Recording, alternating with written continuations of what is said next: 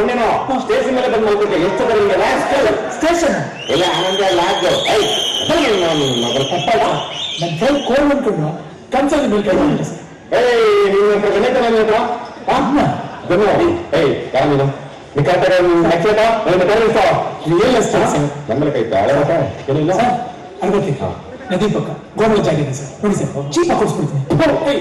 ನೀವು ಸ್ಟೇಷನ್ ಮೇಲೆ ಹಾಕೊಂಡಿದ್ದೆ ಏನ್ ಕತೆ ಕೊಡಿದ್ಯಾ? ನಿನ್ನೆ ಸಮಾವೇಶಕ್ಕೆ ಅಂತ ಬಂದಿದ್ರಿ ಸರ್. ಊರಲ್ಲಿ ತಲೆಗೆ 100 ರೂಪಾಯಿ ಕೊಟ್ಟು ಜಯಕಾರಕ್ಕೆ ಕರ್ಕೊಂಡ್ ಬಂದ್ರಿ ಸರ್.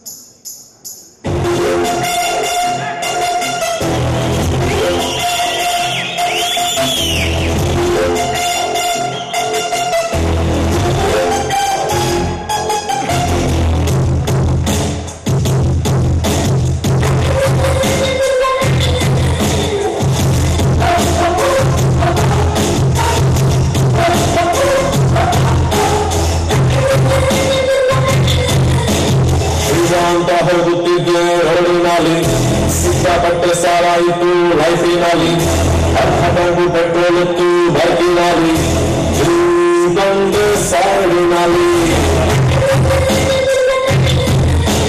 ಬಂದು ಬಿಟ್ಟಂಗಾಯ್ತು ಹಳ್ಳದಲ್ಲಿ, ಬಂದು ದೂರ ಬಿಟ್ಟಂಗಾಯ್ತು ಕಾಪಿನಲ್ಲಿ, lakh ಬಿಟ್ಟಂಗಾಯ್ತು ಬೈಕಿನಲ್ಲಿ,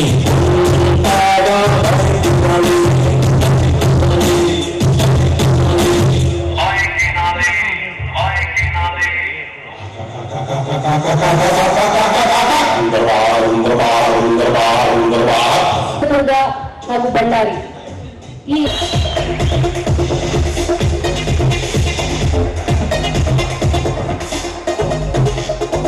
ಟಿವಿಆರ್ forum mass A Govindaraju ಅವರು ದಯವಿಟ್ಟು ವೇದಿಕೆಗೆ ಬರಬೇಕು.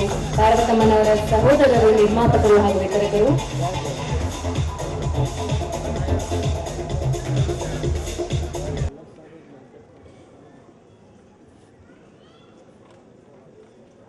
ಎಲ್ರಿಗೂ ನಮಸ್ಕಾರ. ಚಿತ್ರರಂಗದಲ್ಲಿ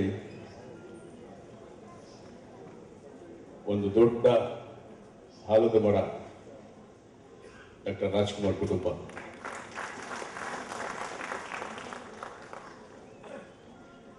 ನಮ್ಮ ಚಿತ್ರರಂಗಕ್ಕೆ ಒಂದು ತಾಯಿ ತಂದೆ ಇದ್ದಾಗೆ.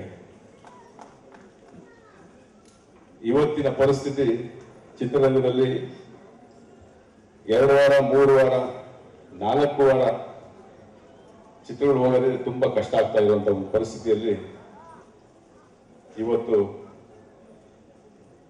ಈ ಚಿತ್ರ 119 ದಿನ ಇನ್ನು ಓಡ್ತಾ ಇದೆ ಅಂದಾಗ ಇಡೀ ನಮ್ಮ ಚಿತ್ರರಂಗಕ್ಕೆ ವಜ್ರೇಶ್ವರಿ ಕಂಬೈನ್ಸ್ ಕೊಟ್ಟಂತ ಒಂದು ಉಡುಗೊರೆ ಅಂತ ಹೇಳಕ್ ಇಷ್ಟಪಡ್ತೀನಿ. ಹಾಗೆ ಈ ಚಿತ್ರನ ಪ್ರೋತ್ಸಾಹಿಸಿದ ಎಲ್ಲ ಕನ್ನಡಿಗರಿಗೆ ನಾನು ಈ ಸಂದರ್ಭದಲ್ಲಿ ಕೃತಜ್ಞತೆಗಳು ಸಲ್ಲಿಸ್ತಾ ಇದ್ದೀನಿ. ಹಾಗೆ ಈ ಚಿತ್ರದ ನಿರ್ದೇಶಕ ಸೂರಿ ಮತ್ತೆ ಹಾಡುಗಳನ್ನು ಬರೆದಂತ ಯೋಗರಾಜ್ ಭಟ್ ಅವರಾಗ್ಬೋದು. ನಿಜವಾಗಲೂ ಈ ತರ ಒಬ್ರಿಗೊಬ್ರು ಟೆಕ್ನಿಷಿಯನ್ಸ್ ಸೇರ್ಕೊಂಡು ಒಂದು ಟೀಮ್ ವರ್ಕ್ ಅಂತ ಮಾಡಿ ಚಿತ್ರಗಳನ್ನ ಮಾಡಿದ್ರೆ ಈ ತರ ಯಶಸ್ವಿ ಚಿತ್ರಗಳನ್ನ ನಾವು ಕೊಡಬಹುದು ಅನ್ನೋದಕ್ಕೆ ಇದೊಂದು ಉದಾಹರಣೆ ಅಂತ ಹೇಳಕ್ಕೆ ಇಷ್ಟಪಡ್ತೀನಿ.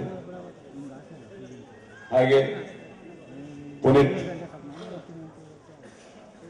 ಯಾರಿಗೆ ಪುನೀತ್ ಫೋಟೋ ನೋಡಿದ್ರೆ ಆಗ್ಲಿ, ಪುನೀತ್ ಚಿತ್ರ ನೋಡಿದ್ರೆ ಆಗ್ಲಿ, ಇನ್ನೊಂದ್ಸರಿ ನೋಡ್ಬೇಕು ಅನ್ನೋ ತರ ಎಲ್ರಿಗೂ ಅನ್ಸುತ್ತೆ.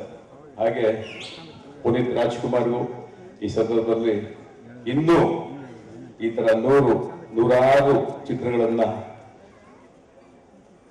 100 ಡೇಸ್ ಸಿಲ್ವರ್ ಜೂಬ್ಲಿ ಚಿತ್ರಗಳನ್ನ ಕನ್ನಡ ಚಿತ್ರಗಳಲ್ಲಿ ಕೊಳ್ಳಿ ಅಂತ ಈ ಸಂದರ್ಭದಲ್ಲಿ ಕೇಳ್ಕೊತೀನಿ. ನಮಸ್ಕಾರ.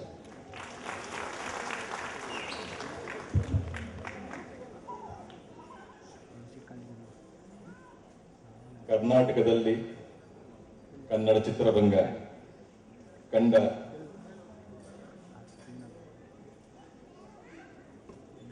ಅತ್ಯಂತ ಯಶಸ್ವಿ ನಿರ್ಮಾಣ ಸಂಸ್ಥೆ ಶ್ರೀ ವಜ್ರೇಶ್ವರಿ ಸಂಸ್ಥೆ. ಗಾಂಧಿನಗರಕ್ಕೆ ಒಂದು ಮೆರುಗು ತಂದುಕೊಟ್ಟಂತ ಸಂಸ್ಥೆ ಇದು. ಇದರ ಬುನಾದಿ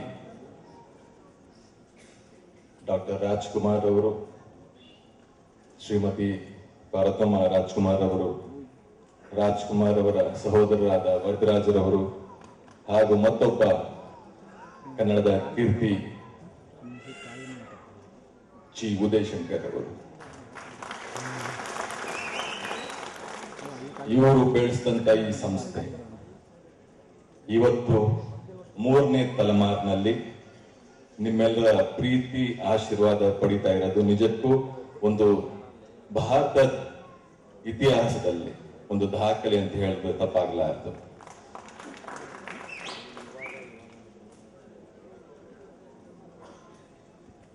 ಅಪ್ಪಾಜಿ ಅವರು ಎಲ್ರಿಗೂ ಬೆಳ್ಳಿ ಲೋಟ ಕೊಡಿ ಅಂತ ಯಾಕೆ ಹೇಳ್ತಿದ್ರು ಅಂದ್ರೆ, ಆ ಕಾಲದಲ್ಲಿ ಸಿನಿಮಾ ಜೀವನ ಯಾವತ್ತೂ ಒಂದೇ ತರ ಇರಲ್ಲ. ಕಷ್ಟಕ್ಕೆ ಅದು ಸಹಾಯ ಆಗ್ಲಿ ಅನ್ನೋ ಒಂದು ಮನಸ್ಸಲ್ಲಿ ಆ ಒಳ್ಳೆ ಭಾವನೆಯಿಂದ ಆ ಬೆಳ್ಳಿ ಲೋಟನ ಕೊಡ್ತಿದ್ರು. ಹೋಗಿ ಗುರು ಅಂಡ್ ವಿನಯ್ ರಾಜ್ಕುಮಾರ್ ಅವರ ಮೊಮ್ಮಕ್ಕಳು ಕಾಣಿಕೆಯನ್ನ ನೀಡಬೇಕು.